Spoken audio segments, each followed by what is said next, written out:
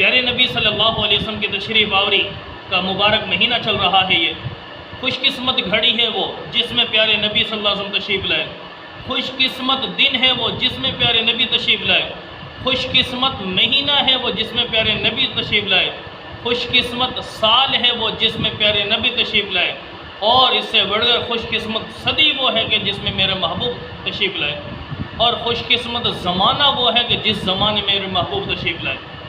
میرے بھائی دوستو، ہمیں بات کو سمجھنا ہے، پیارے نبی علیہ السلام کو اللہ رب العالمین نے اس دنیا کے اندر بھیجا، تو آخر پیارے نبی صلی اللہ علیہ وسلم نے امت کو پیغام دیا کہ لوگوں میں تمہاری طرف رسول بنا کر بھیجا گیا ہوں۔ اب وہ رسول کا مطلب کیا ہے، مقصد کیا ہے، کیوں بھیجا گیا؟ تو میرے محبوب صلی اللہ علیہ وسلم کو اللہ رب العالمین نے فرمایا کہ میرے محبوب جاؤ، قل ہذہ سبیلی ادعو الی اللہ ادعو الی سبیل ربک بالحکمت والموعظۃ الحسنہ، کہ میرے محبوب جاؤ ان کو دعوت دو میرے رستے کی طرف آ جائے، کہ یہ امت گمراہی میں ڈوب چکی، غفلت میں چلی گئی، میرے محبوب آپ کی وجہ سے میں نے ان پر احسان عظیم فرمایا ہے، تو میرے محبوب جاؤ ان کو سمجھاؤ کہ تم کس رب کے، یعنی تمہیں رب نے بھیجا اور کس کے در پہ جانے لگے ہو تم۔ یا ایھا الانسان ما غرک بربک الکریم، کہ لوگوں کون سی چیز نے تمہیں غفلت میں ڈال دیا اپنے رب کے بارے میں۔ تو میرے بھائی دوستو، پیارے نبی صلی اللہ علیہ وسلم کی تشریف آوری کا مقصد کیا تھا؟ امت کی ہدایت، امت کی رہنمائی، امت کی فلاح و بہبود کے لیے پیارے نبی تشریف لائے، جس کی بدولت میرے محبوب نے یہ کارنامے سر انجام دیے کہ چند عرصہ 23 سال کا زمانے کے اندر پیارے محبوب کو اللہ رب العالمین نے وہ کامیابی دی کہ پہلے نبیوں کی سینکڑوں سال عمر، تبلیغ کا زمانہ، ہزاروں سال عمریں ہوا کرتی، اتنی لمبی عمروں کے اندر بھی وہ اس درجے تک نہ پہنچ سکے جتنا کہ میرے محبوب صلی اللہ علیہ وسلم صرف اور صرف 23 سال کے زمانے میں پہنچ گئے۔ تو اور پھر یہی نہیں، پہلے نبیوں کی شریعت ان کے اپنے ہوتے ہوئے ہوتی، بس اس کے بعد شریعت ختم جب پیارے نبی جو بھی تشریف لاتے دنیا سے رخصت ہو جاتے۔ میرے بھائی دوستو، میرے محبوب کے دین کو اللہ رب العالمین نے قیامت تک کے لیے رکھا ہے۔ تو میرا عرض کرنے کا مقصد یہ ہے کہ ربیع الاول کا مہینہ میں پیغام کیا دیتا ہے؟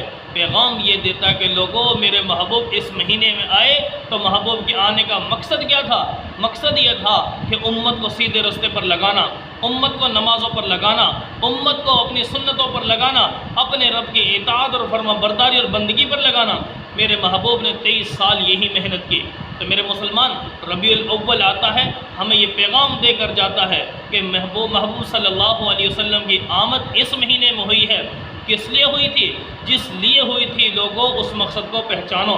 کاش کہ میرے مسلمان کو یہ بات سمجھ آ جائے، میرا مسلمان ربیع الاول کے اندر جو میرے محبوب کا مشن تھا، اس مشن کو چھوڑ بیٹھا، غیروں کے طرز کو اپنا چکا، غیروں کے شعار کو اپنا چکا، غیروں کے کلچر کو اپنا چکا۔ میرے بھائی، تم کس نبی کے امتی ہو؟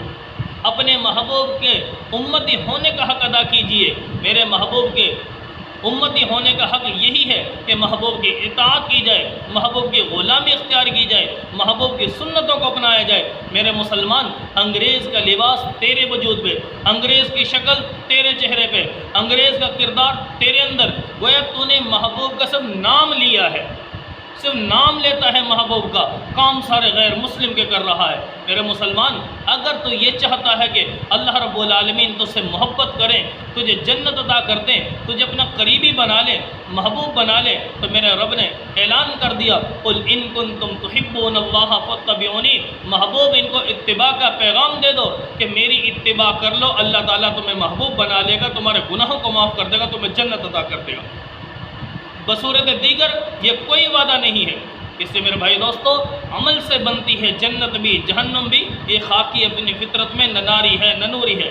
اس سے بھائی دوستو، اپنے پیارے محبوب صلی اللہ علیہ وسلم کی آمد کے مقصد کو پہچانیے، محبوب کی اطاعت و فرما برداری کیجیے۔